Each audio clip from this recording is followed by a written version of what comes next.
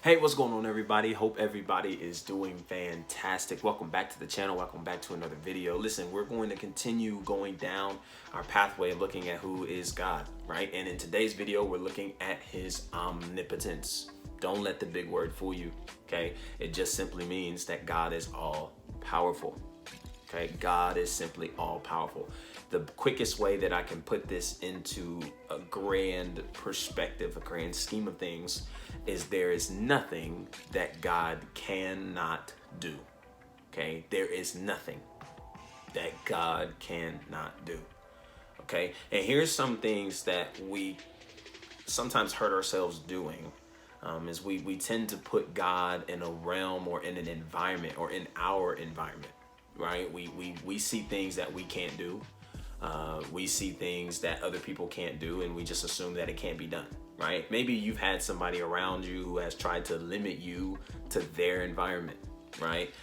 Somebody would say, oh, well, since I can't squat this much, then obviously you can't squat this much. Or, since, I can't bench press, or I can't run this fast, or I can't get this assignment done, there's no way you can. Right? That's somebody placing their environment on you, their limitations on you. And oftentimes that's what we do with God. We purpose to put God in our environment, trying to limit God to who we are or what we can and can't do, when really God is greater than us. And so again, for God to be God and God being greater than us, this also entails that he's all powerful. Okay, there's nothing that God simply cannot do. So let's break this down. Let's walk into this a little bit, right? So God's power is unlimited. Okay, so again, God's power is unlimited. We've talked about unlimited numerous of times, but unlimited is just simply saying he doesn't run out. God's power just doesn't run out. He's forever powerful.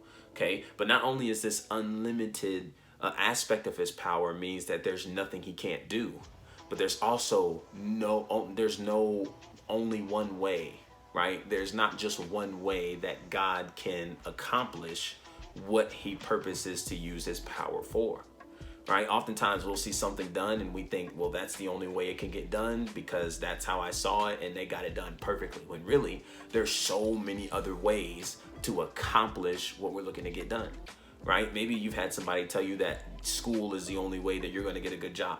But there's so many other people, right, without a college education that are making so much money, right? Because there's more than one way, right? The picture I'm painting here is that for God, with his unlimited power, he also has unlimited ways of using his power. Okay, so not only is it unlimited, but his power is also shown through his creation. He's creative.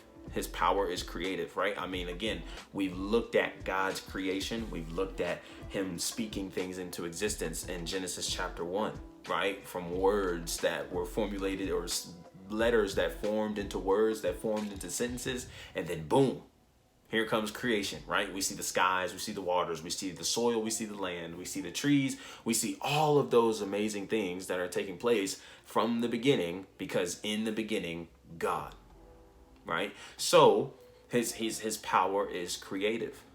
But then we leave from his power being unlimited to being creative to then his omnipotence, right? Or his power able, or giving him the ability to do with simply what he pleases, right? So God is in control of the power he uses, right? God is in control. He doesn't need anybody else to either access this power or use this power, right? There's no permission slip that has to be signed. There's no, the permission slips, I don't know what you want to call them, permission of any sort, right? God doesn't need a source to access this power or use the power he has. In fact, he is the source, right? The phone, right? Your phone that you're seeing this on, your computer, your technological device that you're using to watch this has a source that it needs to be plugged into for it to work,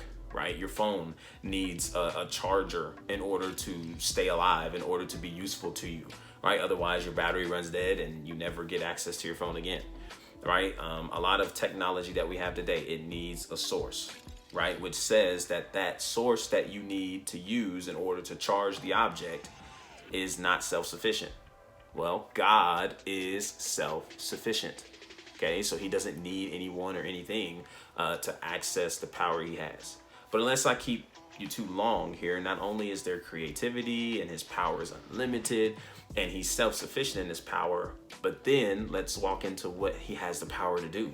Well, since God is all powerful, this also means that he has the power to do anything, right? And when I say anything, I mean anything, right? God has the power to heal diseases. Yep. God has the power to heal diseases. If God didn't have the power to heal diseases, he couldn't be God, right? When we look at Jesus, right, in the New Testament, who heals so many who are blind, who are lame or crippled, who are sick, the woman with the issue of blood in Mark chapter 5. Wow. Talk about an amazing written story of a woman who was sick for 12 years. And she said, if I could just touch the hem of his garment, she'd be made whole. And man, did she make it. Oh man, she walked right through that crowd. It was a massive crowd. The crowd couldn't stop her. She pressed toward to see Jesus, touched the hem of his garment, and she was made whole, right? What about, what about the blind, right? There have been many written stories in scripture where we read of those who were blind that were given their sight by Jesus. I mean, Jesus just has the power, the virtue, the capability to heal the diseases, heal the illnesses, heal the sicknesses. I'm not talking just give you 50% recovery or 75% recovery. No, completely eradicate the sickness, the illness from your body, even today, right? This leads us to the next one. God has power to perform miracles. Okay, because God exists, there are miracles. Because there are miracles, God must exist. So what miracles has God performed, right? We look at 2 fish and 5 loaves, again in scripture, where we read Jesus taking a little boy's lunch and feeding 5,000 men, not including women and children. We see again the healing miracles, where those who have been lame and crippled for all of their life get a hold of Jesus, and Jesus, with his power, allows them to stand back up for the first time, or not even stand back up, but stand up for the first time in their life, right? What about Jesus turning water into wine? That's a miracle. And I haven't seen anybody else ever turn water into wine in such a way, in fact, any way, other than what's presented to us through Jesus. Right? So miracles, right? Maybe you can think of some things that have happened in your life that were a miracle for you, right? What was it that you gave credit to that miracle? Because from what we're studying, it looks like God intervened, right? So think on that. But not only is there the miracle aspect and the healing aspect, but God has the power to raise the dead. God has the power to bring life, to give new life, but also raise the dead. Right? The story of Lazarus, where Jesus gets to the town where Lazarus has been buried now for 4 days. Lazarus was sick, Lazarus fell ill, and Lazarus died. The stone is rolled away, the tomb is open. Jesus prays to God in front of a crowd to make sure that they know that it was all God and not of him, that the glory goes to God. And he says, Lazarus, come forth. Watch this. Jesus had the power to call the name of those who were dead, and at that name, they rose. Jesus didn't have to go into the tomb. Jesus didn't have to put hands on him. Jesus just simply spoke the name of Lazarus, and Lazarus awakened from the dead. God doesn't even have to be where you are to heal you. That's how powerful he is. All God has to do is just speak healing into your body, speak things into your body, and God, at the sound of his voice, at the words in which he speaks, can bring what was once dead to life, because that's how powerful God is.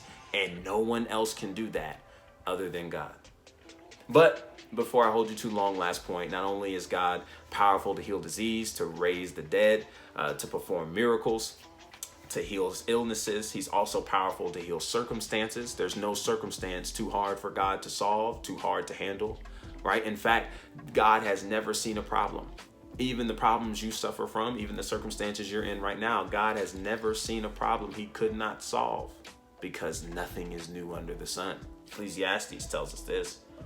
And so the last point I want to make to you is God is also powerful enough to save. God is also powerful enough to save anyone and everyone who is willing to come to him. Your situation, your circumstance, whatever position you are in life, whatever your past looks like. I don't care if you're gay, if you're homosexual. I don't care if you're straight. I don't care if you had premarital sex. I don't care if you did drugs. I don't care if you did alcohol. I don't care if you murdered somebody.